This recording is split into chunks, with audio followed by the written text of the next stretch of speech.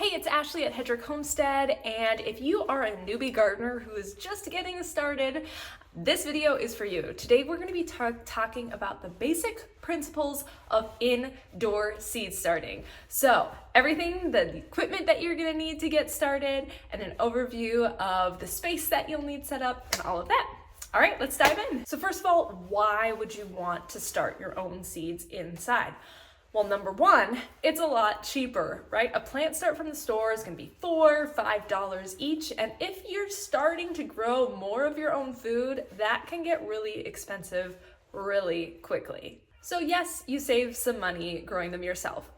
But more than just money, you also get a more full, beautiful experience of the gardening season because you get to see everything start from just a tiny little seed and go all the way to harvest. So that's one of the reasons I like it, because we get to see from the very beginning up until the very end, and we get to start way earlier than you would be able to in Minnesota. So I've already started plants.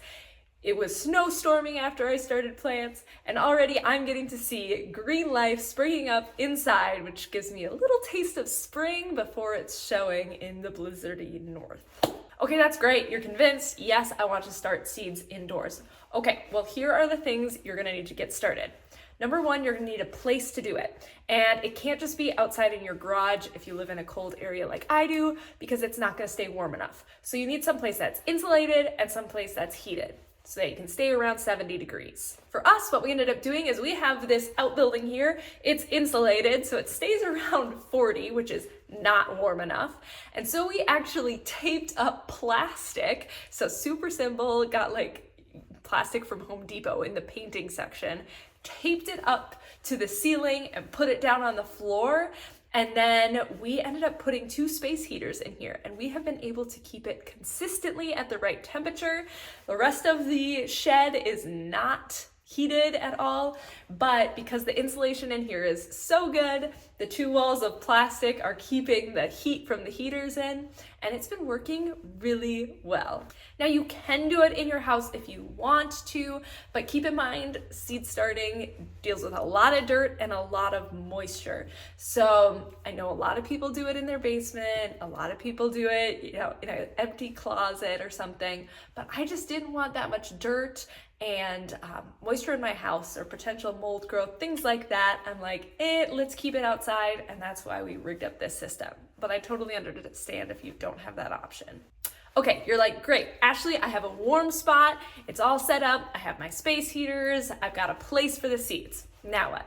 All right, number 2, you're gonna need light. Obviously, plants need light to grow. Now, if you have a wonderful south-facing sunny window, you can do things there. That's a great place to get started. However, your plants, especially if you live in the north, probably won't get enough daylight to really thrive. They're gonna be a little bit leggy, but again, don't let that stop you back from starting a few seeds if you're like, I cannot invest in lights this year. I would say, try it. Put a few seeds in some soil, see what you get. But if you're really wanting to go for high production, healthy plants, and you live in the north, then I recommend getting some grow lights. Now you can just get fluorescent lights, fluorescent shop lights. Those will work. I have been doing that. I've grown plants like that before. I know many people have. And we have one grow rack that is fluorescent. However, a couple of years ago, I did switch to LED sun blaster grow lights, and I have been super happy with these. So I'll put the link down in the description. They are a little bit more expensive than your fluorescents, but they're gonna last a long time, and they put out some good light. All right, so you got your lights. What's next? You're gonna need some way to hang your lights and somewhere to put your seeds. I have a multi-rack shelf, so I just bought one of those 4 shelves from Home Depot, and I'm hanging my grow lights on them, and then I can put my seed trays on them under that, and it's worked extremely well. If you only have 1 light rack, you could build a stand. There's so many ways to do it. You just need to make sure that you're able to hang your lights a few inches above your seeds, so you want to make sure that you can adjust the height of your light. Okay, you got your room, you got your light, you got your rack.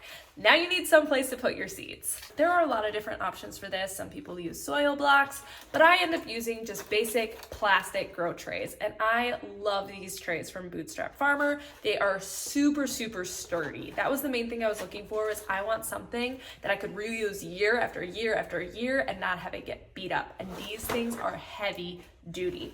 So I always have a base tray that has no holes in it. That allows me to bottom water from the bottom. And then you can buy different inserts. So this is a 72 cell tray.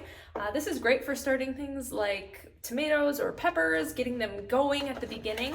Since I have so many lights and so much space, I've also just been starting bigger things in these 4x4-inch pots and putting those in my trays. And then I don't ever have to up pot or move things, because if you start tomatoes in here, then you're gonna need to move them to here before you can move out into the garden. Some things I just plant in trays, like wide open trays, like my onions, because they don't really need to be divided. I can split them up when I plant them. So that makes that super, super simple. All right, so you have your trays. Next, you need your soil. So you're gonna be putting some seed starting mix in here. I recently recorded a video on what I use for seed starting mix, so you can go ahead and check that out up there. But all you have to do is fill the trays. So once you get your trays full, you wanna keep your soil nice and damp. So wet it before you put it in the trays, stick it in the trays, and then you are ready for your seeds. And that's the last thing you're gonna need. Seeds. So if you haven't bought seeds yet, make sure you go and buy them. There's so many places online, so many beautiful varieties to choose from. So buy some seeds and then you are ready to plant. And once you have them planted, you can stick your wonderful tray onto your rack, turn on your lights for about 16 hours a day is ideal, and have them turn off automatically. Just buy one of those super easy little cheap timers and you are off to the races. So there's the basics of what you need to start seeds. 1, the room. 2, light. 3, a rack to put them on. 4, trays or something to plant your seeds in. 5, soil. And last but not least, you need the seeds. All right, I hope this video was very helpful as you are starting to research seed starting and getting started with starting your own plants. All right, until next time.